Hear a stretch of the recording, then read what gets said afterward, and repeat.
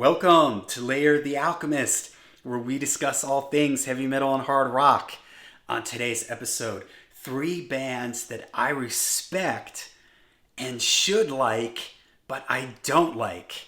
Now, this was a topic that was put to me in my question and answer video that I did not too long ago, where the viewer said, "Hey, why don't you do a video of bands that you respect but don't like?" And I thought that's a great idea because, it would be easy for me to just list a whole bunch of bands that I don't like.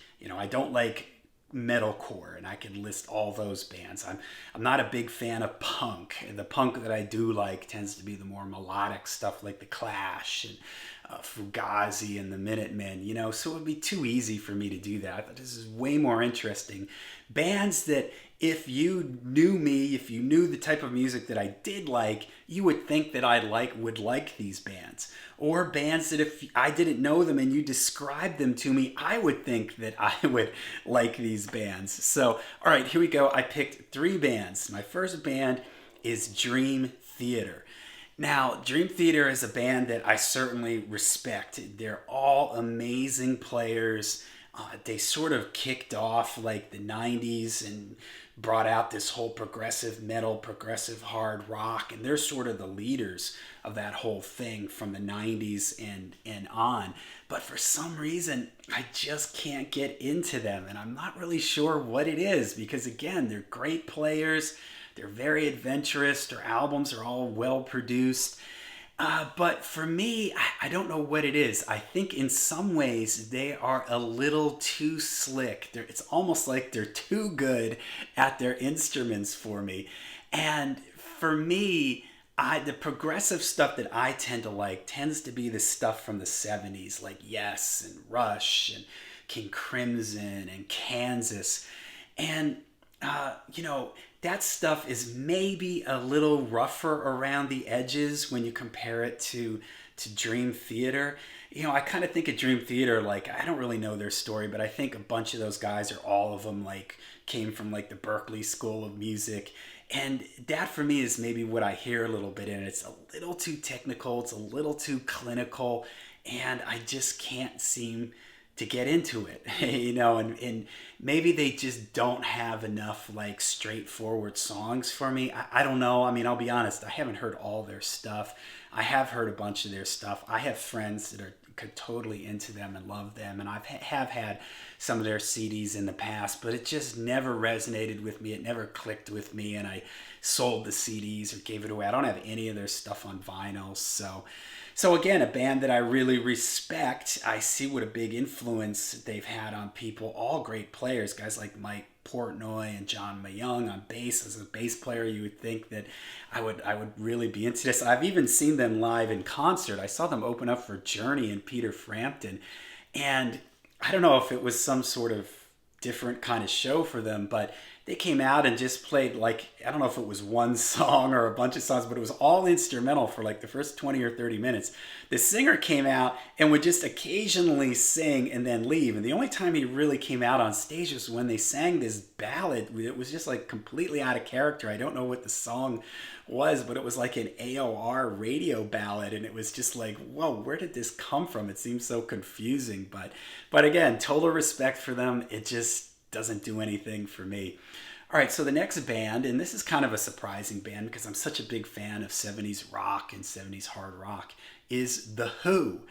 And they're a band, I've got a whole bunch of their records. It's not that I don't listen to them. I've did a video on Live at Leeds, and that's an album that I do like. But in general, they're a band that I never really got into them. I never really dived into their music. And I think for me, it's a combination of a couple things. I'm not really a big fan of Roger Daltrey's voice. I think he's an amazing singer, but there's just something about the quality of his voice that just doesn't resonate with me. I tend to like guys that have a little bit of a different character to their voice, like Robert Plant, the way Robert Plant can sing a song like Stairway to Heaven and have like almost a mystical, creepy quality to his voice, the Immigrant Song, or like Ian Gillan, he can, add an aggressiveness and like an intensity to his voice, like in Child in Time. And it's just something that just doesn't work for me with Roger Daltrey. The other thing, and as a bass player, John Entwistle, an amazing bass player, groundbreaking, pioneering bass player, uh, well respected, amazing player, but I just can't get into his playing. I think part of it is later on, I really don't like his bass tone. It's way too piano-like for me. I like his tone on Live at Leeds and some of the earlier stuff, but he's almost like too busy for me. It's almost like he's soloing all the time.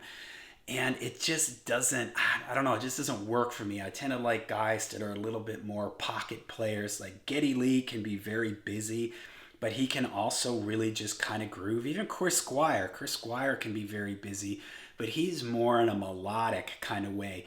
John Entwistle for me just seems like he's just really a really busy bass player. And again, he's a guy that I respect and totally admire what he does, but it just doesn't work for me. And the other thing is Keith Moon. I'm not a fan of Keith Moon.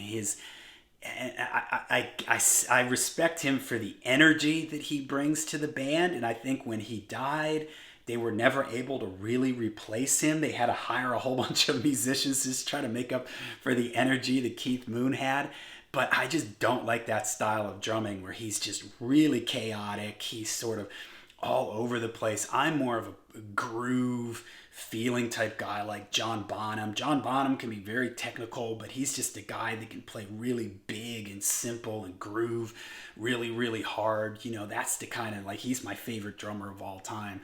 I do like Pete Townsend. I think Pete Townsend is a great guitar player. And, being an AC/DC fan, I would think I would be a bigger fan of The Who because Pete Townsend has that real straightforward AC/DC style of playing big chords and everything. But it just doesn't work for me. There are Who songs that I do like and everything. But, man, I don't know. It just doesn't resonate with me. I wanted to do a video. Maybe I will at some point on Tommy. And I remember I went through a phase where I listened to it like a whole bunch of times in a row, and I just couldn't get excited about it. So I don't know. There you go. The Who, an example of a band that I should like but don't. All right, the last one is, and again, this is surprising too, because I just mentioned earlier, I'm a big fan of 70s progressive rock, and I've talked about this with some of the viewers in the comments section, has come up at times. I'm not a fan of early Genesis, the Peter Gabriel era of Genesis. I just find it really difficult to get into it. It's just, it doesn't excite me or something. I don't know what it is. And this is a band, out of the three bands that I've mentioned, Genesis is the band that I have tried the hardest to get into.